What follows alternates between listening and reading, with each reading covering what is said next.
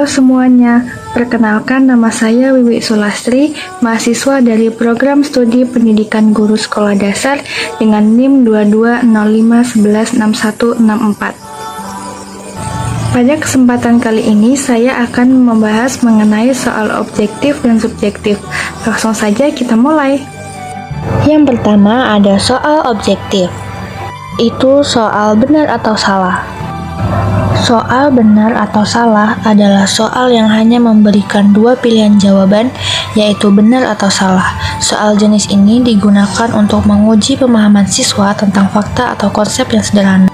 Di sini saya sudah membuat soal mengenai bagian tubuh tumbuhan, soal dengan tes objektif. Jadi di sini peserta didik diminta untuk memilih jawaban benar atau salah sesuai dengan fakta. Di sini terdapat soal akar berfungsi untuk menyerap air dan mineral dari tanah. Jika jawaban benar, peserta didik dapat memilih benar. Jika jawaban salah, peserta didik dapat menjawab salah. Soal di sini kan akar berfungsi untuk menyerap air dari mineral dari tanah. Pernyataannya adalah benar, maka dijawab benar. Sama seperti soal yang pertama, batang tumbuhan berperan dalam menangkap cahaya matahari untuk fotosintesis. Jika pertanyaan benar, maka peserta didik dapat memilih benar. Jika pernyataan salah, peserta didik dapat memilih salah. Untuk di sini pernyataannya salah ya, karena batang berfungsi untuk tumbuhan berdiri. Selanjutnya soal pilihan ganda. Pilihan ganda adalah soal yang memberikan beberapa pilihan jawaban dengan satu jawaban yang benar di antara beberapa opsi yang tersedia. Peserta didik harus memilih jawaban yang paling tepat.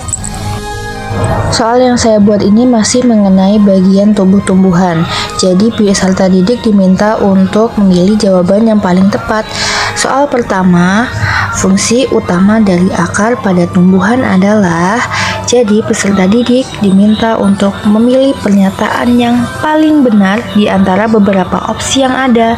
Untuk di sini pernyataan yang paling benar adalah menyerap air dan mineral. Untuk pertanyaan yang kedua masih sama seperti pertanyaan yang pertama, peserta didik diminta untuk memilih jawaban yang paling tepat dari beberapa opsi yang ada.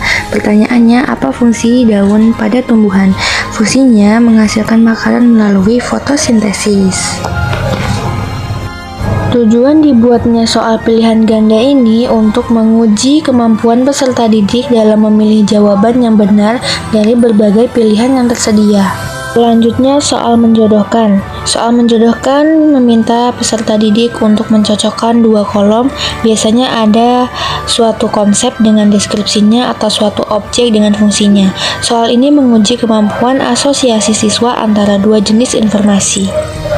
Jadi di sini peserta didik harus menjodohkan dengan bagian tumbuh-tumbuhan sesuai dengan fungsinya, sesuai dengan perintah yang sudah ada di situ. Jodohkan bagian tubuh tumbuhan dengan fungsinya yang sesuai. Yang pertama ada akar. Fungsi akar itu untuk apa? Untuk menyerap air dan mineral.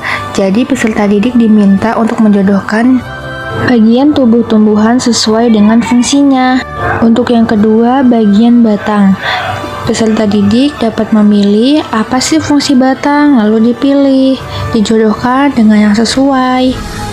Seperti itu untuk soal menjodohkan.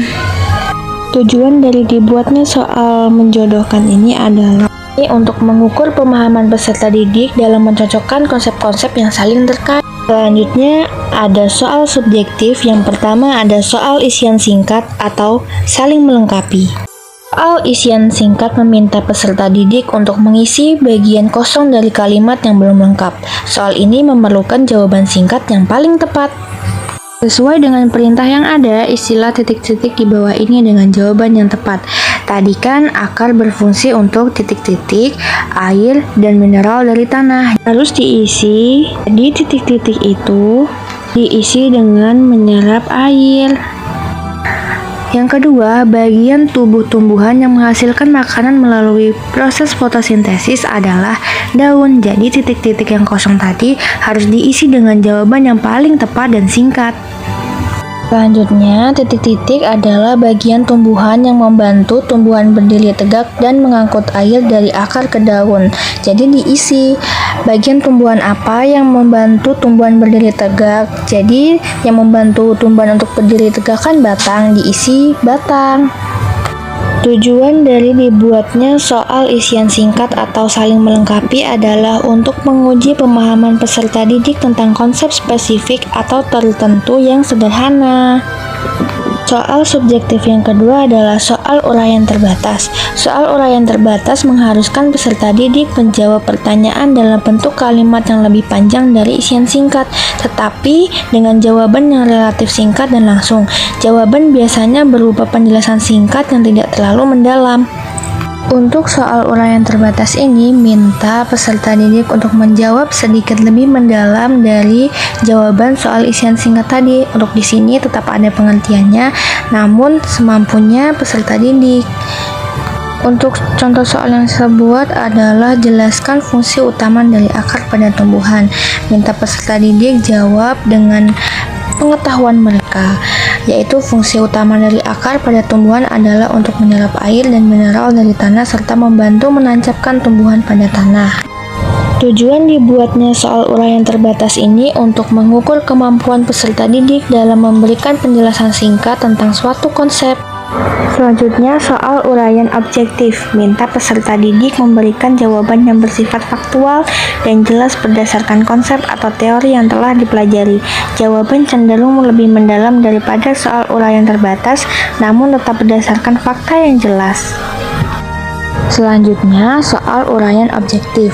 Jawablah setiap soal berikut dengan jelas dan berdasarkan fakta.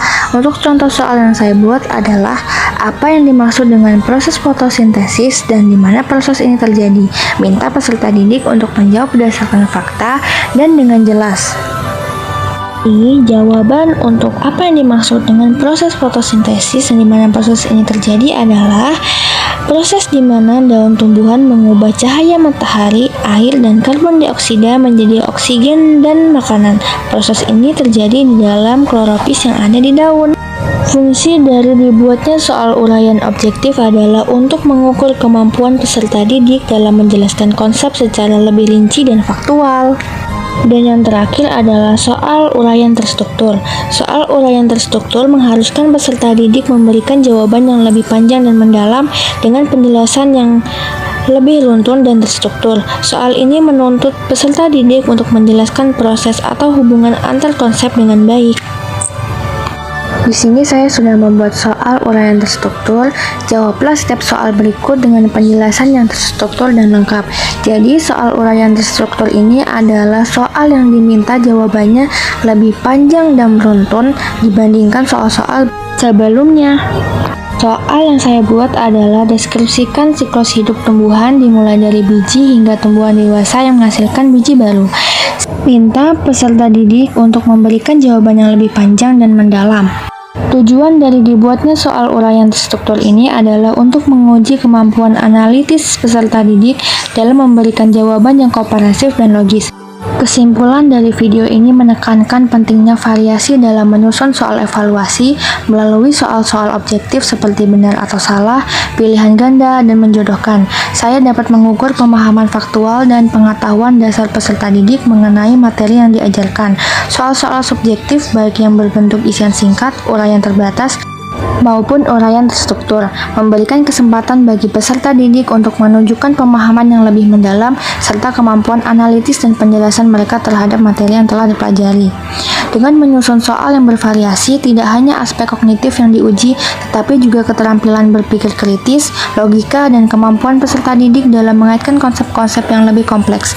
Hal ini membantu menciptakan evaluasi yang lebih komprehensif dan reflektif terhadap hasil pembelajaran yang diinginkan. Demikian pembahasan mengenai soal objektif dan subjektif dari saya. Kurang lebihnya mohon maaf karena kita masih sama-sama belajar dan semoga apa yang saya sampaikan dapat bermanfaat bagi kita semua.